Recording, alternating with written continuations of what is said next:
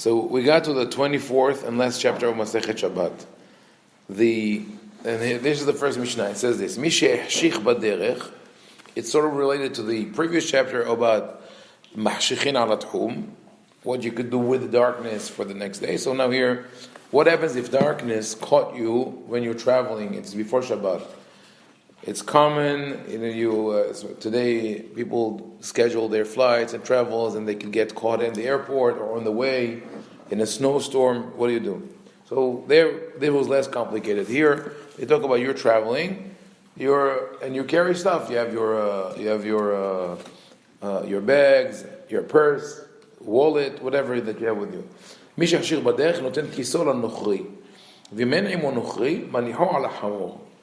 הגיע לחצר החיצונה, נוטל את הכלים הניטלים בשבת, ושאינם ניטלים בשבת, מתיר את החבלים, והשקים נופלים מאליהם. So, this first the translation. If one is traveling and now it's dark already, meaning not only sunset, but darkness, full darkness, he has to give his wallet. Here the word is kis, it means a pocket. And there used to be like a bag, like our forefathers, grandfathers. Wallet too. Yeah, right. No, but remember our grandparents' tefillin, they used to call it kis shel tefillin. It was like that was the wallet. Yeah, my friend used to get the Canadian whiskey. What's called the Royal. What? Crown Royal to get the purple bag, and for the tefillin is like to feel nostalgic. Anyway, so this is the case. So you give it to a non-Jew. What if there's no non-Jewish person traveling with you? So you put it on the donkey. What if you don't have a donkey or a non-Jewish friend by you? This is another story, right? But just the image is interesting. Someone is walking with a donkey, with the burden, with personal possessions, and it's just before Shabbat. So how much can you miscalculate when you think of traveling with a donkey? I mean, you're in Eretz Israel or in Bavel, and you know that the next village is a couple of hours away. I'm saying that just to have in mind. This is with the opening chapters of Masechet Shabbat, when the Mishna says, "Don't leave the store with the needle or with the quill or stuff like that." And when the Mishna speaks about lighting the candles on Erev Shabbat and Am Sheba Sadot, the people who are in the fields who have to come to the synagogue, people worked until the last minute on Friday. They would come home at the latest possible.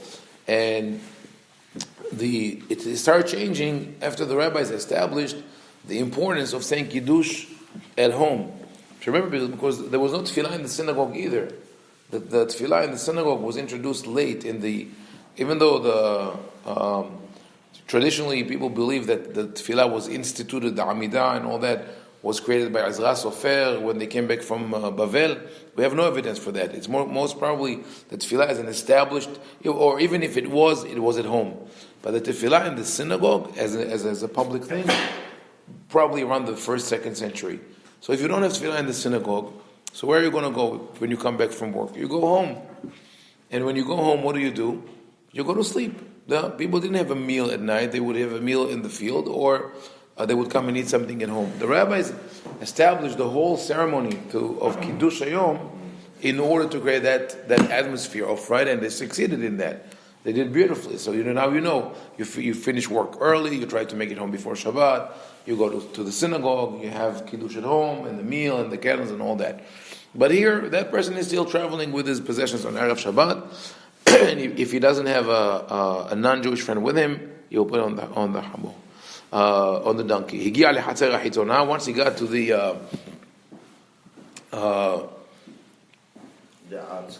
outskirts of the city, meaning the first Hatzer HaChitzonah is the first courtyard in the city, not to his house.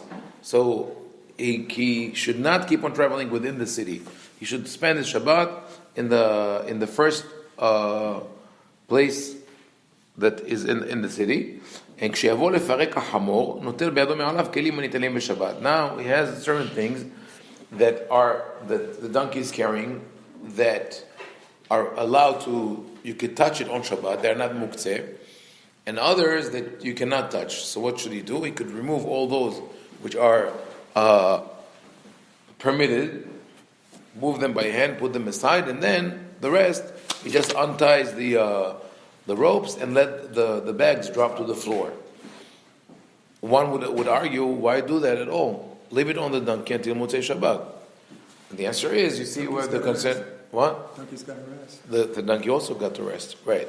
So it's interesting because one would have thought, okay, we let the donkey rest usually, but if it involves an action that maybe is not fully permitted, I'm not going to do it. Haim say no, you have to take care of the donkey as well.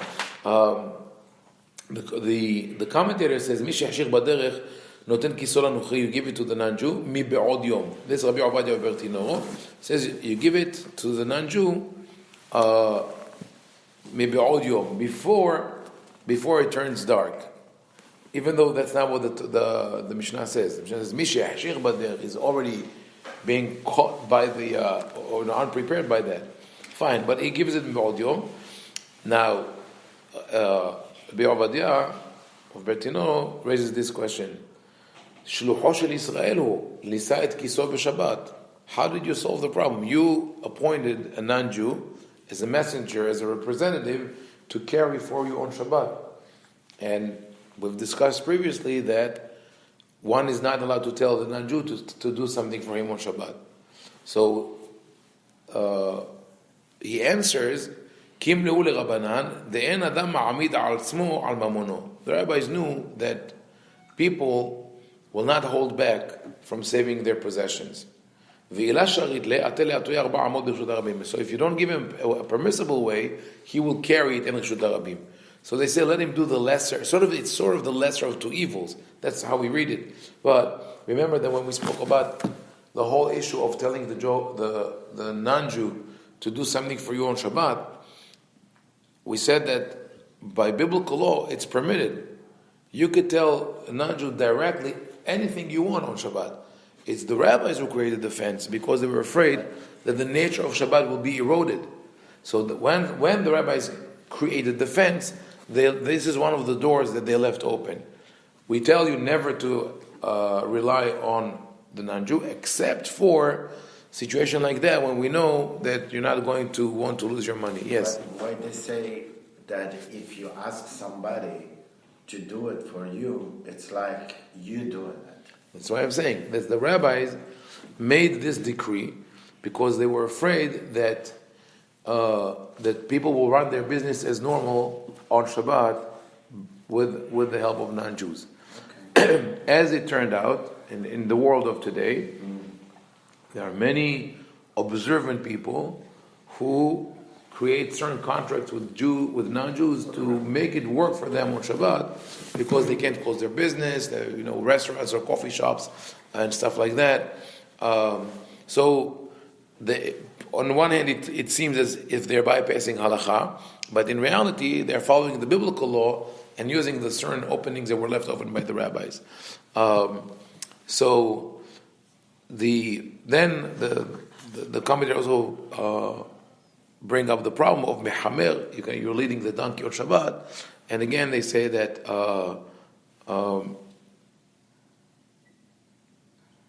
that when you have to make sure that you put the wallet on the donkey while it's walking, so you're not putting it actually on the public domain, and you have to remove it after it stopped. I mean, there are restrictions there, which are not mentioned in the Mishnah. You have to know all these things. And the Tosafot Yom Tov, Rabbi Yom Tov Heller adds one more thing. He says this: מה שכתב הרב רבי עובדיה ברטינו, he wrote that אילו שריית לאתל יתויה 4 אמות רשות הרבים, that if you will not give him permission, he will carry it 4 אמות, 4 feet in the רשות הרבים. ולאחי, אילת ללא נוכרי ולא חמור. So what happened if he has no non-Jewish friend, or he doesn't have a donkey? Then what is he going to do?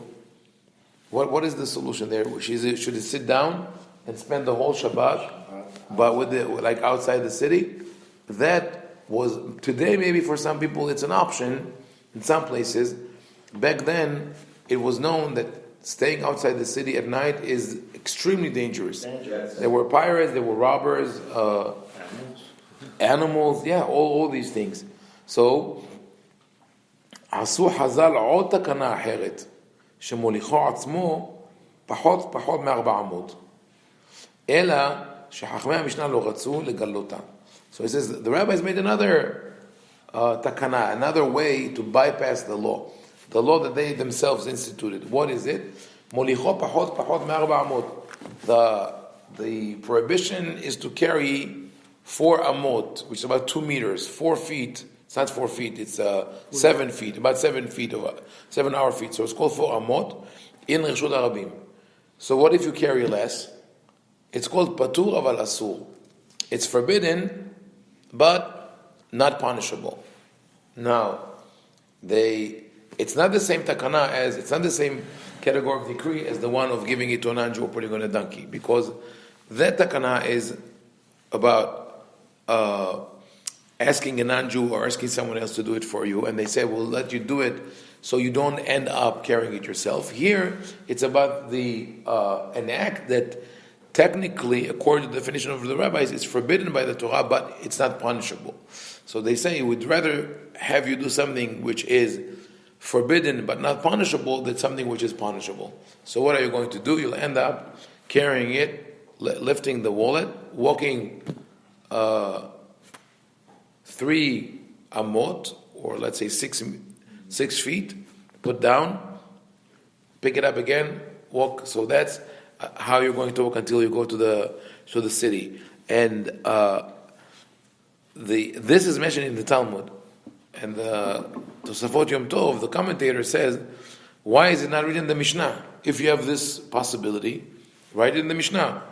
Give me 3 options. You only give me an option if I have a friend, a non-Jewish friend, or a donkey.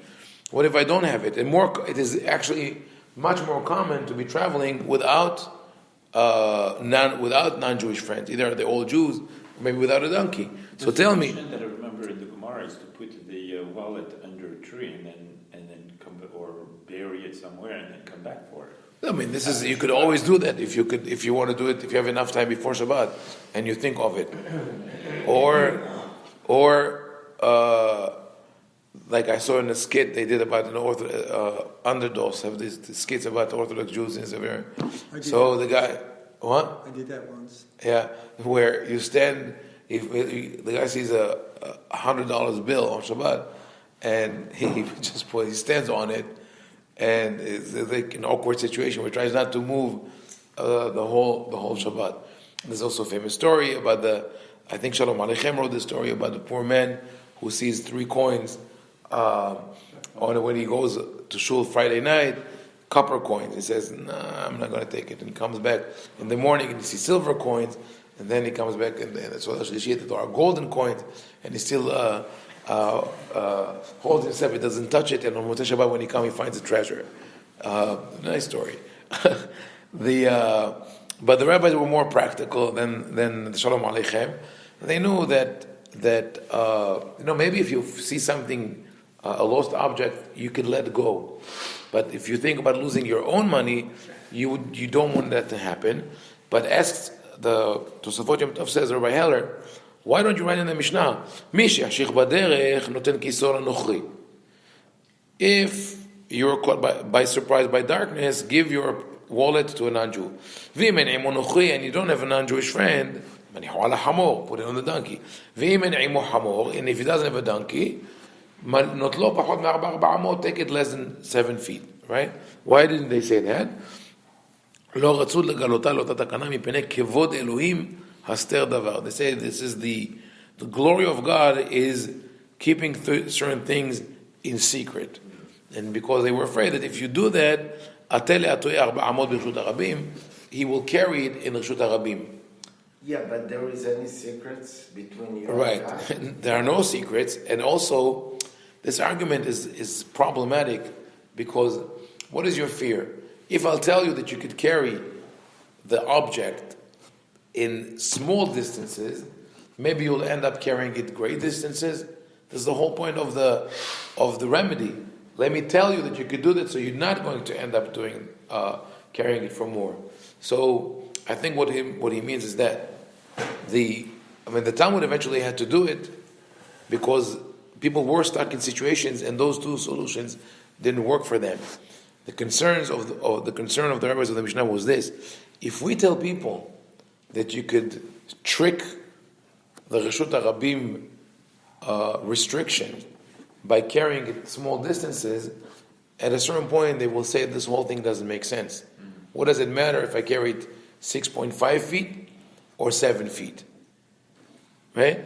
And they will just start carrying freely, and that's why they decided not to reveal it, but eventually they had no choice but to say it. So it's not in the Mishnah, but it is in the Talmud.